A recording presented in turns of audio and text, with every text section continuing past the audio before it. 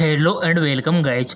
Are U H S M के channel में आपका बहुत बहुत स्वागत है। सो गाइज, आज के इस वीडियो में हम बात करने वाले हैं R U H S B S C nursing, R U H S paramedical pharmacy के सिलेबस के बारे में। काफ़ी सारे स्टूडेंट कमेंट कर रहे थे सर इसका सिलेबस क्या रहता है, तो हमारा टॉपिक रहने वाला है कि इसका सिलेबस में कौन कौन से क्वेश्चन आपके इंक्लूड होते हैं, ठीक है, ताकि आप उसके अकॉर्डिंग तैयारी कर सको और टॉप 10 में अपनी जगह बना सको। अगर आपको सिलेबस पता नहीं होगा तो आप तैयारी कैसे करोगे, तो सिलेबस जाना बहुत ही ज़्यादा ज़रूरी है, ठीक है। तो नर्सिंग, पैरामेडिकल और फार्मेसी, बीपीटी, इन सभी के सिलेबस की बात हम यहाँ पे करने वाले हैं। तो सबसे पहले चलते हैं, हम बात कर लेते हैं बीएससी नर्सिंग की, ठीक है। जी हाँ, बिल्कुल, क्योंकि अधिकतर स्टूडेंट बीएससी नर्सिंग कोर्स में अप्लाई करते हैं। ये 4 साल का कोर्स होता है, प्रोफेशनल कोर्स है, डिग्री कोर्स है, ठीक है, जिसको करने के बाद गवर्नमेंट जॉब के काफ़ी सारे रास्ते खुल जाते हैं, ठीक है। तो इसका सिलेबस क्या रहने वाला है राजस्थान में नर्सिंग एडमिशन को लेके।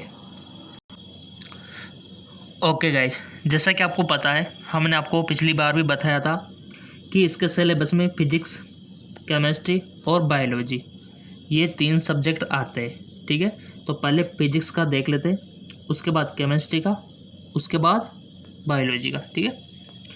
तो बेसिक देख लेते हैं हम पहले। तो जैसे विद्युत विभव, यहाँ से क्वेश्चन आएंगे, ठीक है। तो आप सोच रहे होंगे सर इस टॉपिक में से क्या क्या पूछा जाएगा, तो देख लो आप, इस तरह विद्युत से क्या क्या पूछे जाएंगे। यहाँ पर गोलीय कोष के कारण, आवेश चाल के कारण ये जो विद्युत क्षेत्र उत्पन्न होता है, वहाँ से क्वेश्चन बनेंगे। स्थितिज ऊर्जा से क्वेश्चन बनेंगे, ठीक है।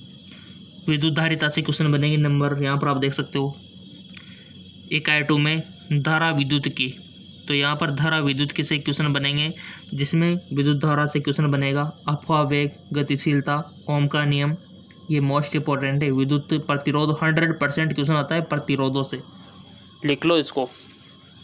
आप चाहो तो इसको लिख लेना, या फिर लिखना नहीं चाहते हो तो टेलीग्राम को फॉलो कर लेना, क्योंकि सारा PDF आपको टेलीग्राम पर मिल जाएगा। प्रतिरोध ओम से, कार्बन प्रतिरोध, यहाँ से भी 101% क्वेश्चन बनेगा कार्बन प्रतिरोध से। सेल का विद्युत वाहक बल से क्वेश्चन बनेगा। और चलते आगे, विद्युत परिपथ, किरचॉफ का नियम 100% आता है।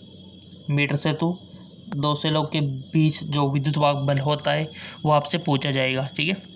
विद्युत धारा के चुंबकीय प्रभाव 101% क्वेश्चन बनता है। जहाँ पर बायो-सावर्ट का नियम, चुंबकीय क्षेत्र की दिशा, चालक के कारण जिस प्रकार होती है चुंबक के कारण, सब कुछ आपको आना चाहिए गाइस।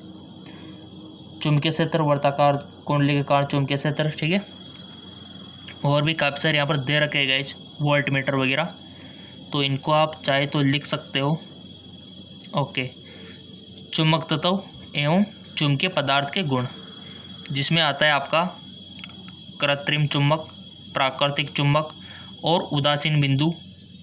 विद्युत द्विध्रुव के जैसा अपन यहाँ पर आगुण पढ़ेंगे तो वो भी आता है। भू चुंबक तत्व तो मोस्ट इम्पोर्टेंट है। और इसके अलावा चुंबकीय तीव्रता, चुंबकीय क्षेत्र से क्वेश्चन बनता है। और सबसे most important, very most important है आपके अनुचुंबक, लोह चुंबक, ठीक है, प्रतिचुंबक, इनके बीच अंतर। BH से तले वक्र से क्वेश्चन आता है। क्यूरी का नियम आता है। ये जितने भी दे रखे आपको पढ़ना होगा गाइस, अगर आपको टॉप आना है तो। विद्युत चुंबकीय प्रेरण और प्रत्यावर्ती धारा से आपके विद्युत चुंबकीय प्रेरण से क्वेश्चन बनता है। एक होता है DC करंट, एक होता है AC करंट। प्रत्यावर्ती धारा, तो इसमें ट्रांसफार्मर इम्पोर्टेंट है। LCR परिपथ से क्वेश्चन बनता है, ठीक है। ये तीनों आपको याद रखना है, शुद्ध प्रतिरोध, शुद्ध प्रेरक, शुद्ध धारिता, LRC परिपथ, ठीक है। इसके बाद प्रकाशिकी से किस के प्रकार के क्वेश्चन पूछे जाए, किरण प्रकाशिकी, तरंग प्रकाशिकी, ठीक है, इनसे क्वेश्चन अब तक पूछ ले जाते हैं गाइस।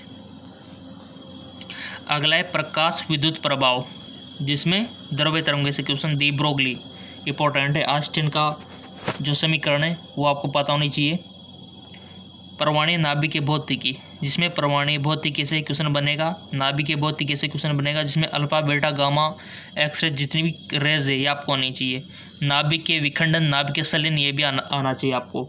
और सबसे वेरी इंपॉर्टेंट है रेडियो एक्टिव, यहाँ से हमेशा क्वेश्चन बनता है रेडियो एक्टिव से, ठीक है ना। अब इसके बाद आता है इलेक्ट्रॉनिकी। इलेक्ट्रॉनिकी पूरा का पूरा चैप्टर इंपॉर्टेंट है, 101% यहाँ से क्वेश्चन आता है पूरा का पूरा। अब आप सोच रहे हो सर इनमें कहाँ से क्वेश्चन बनता है, तो जो आपकी पीएन संधि है डायोड, वहाँ से क्वेश्चन बनता है। जेनर डायोड यहाँ से क्वेश्चन बनता है। आपका ट्रांसफ़र हो गया, वहाँ से क्वेश्चन बनता है। और आपका जो गेट है ना, वहाँ से तो 101 क्वेश्चन बनता है। तो ये जितने भी गेट है ये आपको याद करने होंगे, चाहे वो और गेट हो, एंड गेट हो, नॉट हो, नांड हो, एनओआर हो, एक्सओआर हो, ठीक है, ये सब आपको पता होना चाहिए। विद्युत चुम्बकीय तरंगे, संचार एवं समकालीन भौतिकी, यहाँ से तो क्वेश्चन बनता है। थ्योरेटिकल भी है बहुत सारा और रसायन विज्ञान का भी है। तो ये तो है आपका भौतिक विज्ञान का। ये जितने भी चैप्टर है उसके अंतर्गत हमने आपको बता दिया। अब आता है रसायन विज्ञान, केमिस्ट्री। तो रसायन विज्ञान में आपका सॉलिड स्टेट से क्वेश्चन आएगा, जिसमें आपका हो गया जैसे कि होता ना क्रिस्टल टॉस, दोनों में अंतर, क्रिस्टल जालक, ये सब लिख लो आप लिखना चाहो तो। अगर नहीं लिखना चाहो तो कोई दिक्कत नहीं, टेलीग्राम पर भेज देंगे, बट टेलीग्राम को फॉलो कर लेना तभी मिलेगा आपको। तो ये जो पहला चैप्टर है यहाँ से 1 क्वेश्चन 2 क्वेश्चन तो बनता है। और सॉल्यूशन विलियन वाला चैप्टर, यहाँ से आपसे क्वेश्चन पूछा जाएगा गाइस। चैप्टर बहुत इजी है और इनके प्रैक्टिस क्वेश्चन हम आपको करवाते हैं। जिन्होंने चैनल सब्सक्राइब कर रखा होगा, बेल आइकन पर प्रेस कर रखा होगा, तो उनको तो रोजाना मिल रहा होगा। विलियन में क्या पूछा जाएगा? गैसों की दरों में विलियन, आदर्श एवं अनादर्श विलियन, प्रासरण दाब मोस्ट इंपॉर्टेंट, ये सारी नॉलेज होनी चाहिए आपको। वन टाप गुणांक, ठीक है। विद्युत रसायन, विद्युत अपघटय, और यहाँ पर विद्युत अपघटय सेल, विद्युत रासायनिक सेल, डेनियल सेल, प्राथमिक सेल, द्वितीयक सेल, यहाँ से क्वेश्चन बनता है आपके। नेस्टेड समीकरण, और इसके बाद आता है आपका रासायनिक बलगतिकी, यहाँ से भी क्वेश्चन बनता है, जहाँ पर सबसे इंपॉर्टेंट है रासायनिक अभिक्रिया, प्रथम कोटि की हो, द्वितीय कोटि की हो, तृतीय कोटि की हो, शून्य कोटि की हो, ये चारों कोटियाँ अगर आपको पता है तो आपके 3 नंबर पक्के हैं, ठीक है, क्वेश्चन बनता है। अब आता है सरफेस केमिस्ट्री, जिसमें अधिशोषण हो गया, अवशोषण हो गया, है ना, टॉसो के कोलाइड विलियन हो गए, यहाँ से ये सारी चीज़ें आपको पता होनी चाहिए जो यहाँ पर मेंशन की हुई है। तो ये पूरा का पूरा चैप्टर इंपॉर्टेंट है। तत्वों के निष्क्रिय सिद्धांत और प्रक्रम, पी ब्लॉक हो गया, एस ब्लॉक, डी ब्लॉक, जितने भी ब्लॉक है सारे आपको पता होने चाहिए। और यहाँ पर जो इंपॉर्टेंट है वो है वर्ग 15 के तत्व, जिसमें नाइट्रोजन, फास्फोरस, ये सारी चीज़ें आपको पता होनी चाहिए गाइस। आपने 12th में पढ़ा हुआ है, कोई दिक्कत वाली बात नहीं है। वर्ग 16 के, 17 के, 18 के, ये सारी चीज़ें आपको पता होनी चाहिए गाइस। हेलोजन के व्युत्पन्न, SN1 SN2 अभिक्रियाएं, सब कुछ आपने पढ़ा हुआ है 12th में। और अधिकतर सिलेबस देख लो आप, किसका है? 12th का ही है। अब बहुत सारे स्टूडेंट कमेंट करते हैं ना, सर NCERT पढ़े या फिर RBSC, तो हम आपको बता देंगे। देखो, जो स्टूडेंट हमारा पूरा वीडियो देखता है तो उनको तो हर नॉलेज मिल जाती है वीडियो में। फिनॉल हो गया, इतर हो गया, यहाँ से तो क्वेश्चन आता है, एल्कोहल हो गया, है ना। और ये है आपका यूरिया जैव अणु, यहाँ से तो 101% आता है। थ्योरी है गाइज, थ्योरी, टोटल थ्योरी है। ये वाला चैप्टर देख लेना जैव अणु, क्योंकि जिनकी बायोलॉजी फेवरेट है ना, तो उनकी ये भी फेवरेट है। कोशिका हो गया, एल्डोल, कीटोस, प्रोटीन, विटामिन से तो 101% क्वेश्चन बनता है। DNA, RNA, यानी कि आपकी बायोलॉजी भी कंप्लीट हो रही है और रसायन विज्ञान भी कंप्लीट हो रही है, एक साथ साथ 2 और है, ठीक है।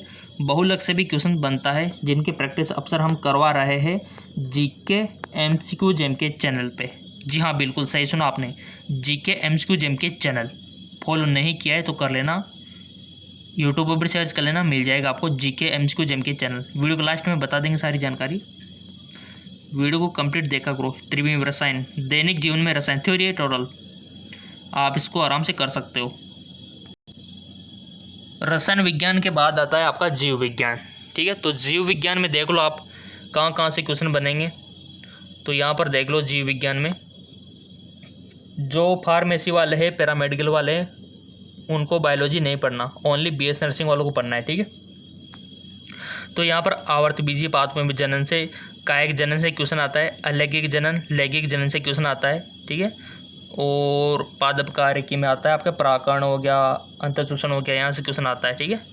और इसके बाद पादप कार्यकी से क्वेश्चन आता है प्रकाश संश्लेषण का, पादवर्दी से, और इसके बाद बायोटेक्नोलॉजी से क्वेश्चन आता है, और इसके बाद यहाँ पर मेंशन किया है मानव कार्य की, मानव का अत्यावनी तंत्र, पाचन तंत्र, यहाँ से क्वेश्चन बनता है। मानव में श्वसन तंत्र से क्वेश्चन बनता है, और मानव में उत्सर्जन तंत्र से क्वेश्चन बनता है, और सबसे ज़्यादा 101% क्वेश्चन बनता है रिप्रोडक्शन सिस्टम से, यानी कि प्रजनन तंत्र से 101% क्वेश्चन बनता है। जी हाँ बिल्कुल, हर बार बनता है, हर बार। मानव तंत्रिका तंत्र, मानव का जनन तंत्र, यहाँ से क्वेश्चन आता है हर बार। ये जो एंडोक्राइन है, एक्सोक्राइन है, दोनों को देख लेना। मेल का जो रिप्रोडक्शन सिस्टम है, फीमेल का जो रिप्रोडक्शन सिस्टम है, दोनों को देख लेना। और यहाँ पर अगर आपने पूरा चैप्टर कर लिया तो 2-5 नंबर तो वहीं हो जाएंगे आपके। अनुवांशिक से क्वेश्चन बनता है, और मानव में जो है ना ह्यूमन वेलफेयर, तो यहाँ से भी क्वेश्चन बनता है। रोग कौन कौन से होते हैं, प्रतिरक्षा से तो काफ़ी बार क्वेश्चन बना है, और मानव जनसंख्या से क्वेश्चन बनता है। ठीक है, तो ये चीज़ें बेसिक है यहाँ पे, और इन्हीं से क्वेश्चन पूछा जाएगा, इनसे एक क्वेश्चन भी बाहर नहीं आएगा। तो ये सिलेबस हम आपको टेलीग्राम पर भेज देंगे। सो गाइज, अब बात कर लेते हैं पैरामेडिकल और फार्मेसी की। ठीक है, सो जो स्टूडेंट पैरामेडिकल और फार्मेसी का देना चाहते हैं उनके लिए भी सेम सिलेबस है फिजिक्स और केमिस्ट्री का। याद रखना, आपको बायोलॉजी नहीं पढ़नी पैरामेडिकल वालों को, तो ये सेम वही है, फिजिक्स और केमिस्ट्री आपको पढ़नी है, ये बायोलॉजी आपको नहीं पढ़नी पैरामेडिकल और फार्मेसी वालों को। सो गाइज, आपने अभी तक टेलीग्राम को फॉलो नहीं किया है तो फॉलो कर लेना। DRMK ब्रो नाम है, और वैसे इसका लिंक हमने नीचे डिस्क्रिप्शन में दे दिया है, ताकि आप उस PDF को ईजिली यहाँ पर पा सको टेलीग्राम पे बिल्कुल फ्री। तो टेलीग्राम को फॉलो कर लो, लिंक नीचे डिस्क्रिप्शन में अवेलेबल है। और जो चैनल हमने आपको दिखाया था GK MCQ MK, ये आपको सर्च कर लेना, मिल जाएगा, और वैसे इसका लिंक नीचे डिस्क्रिप्शन में भी अटैच है।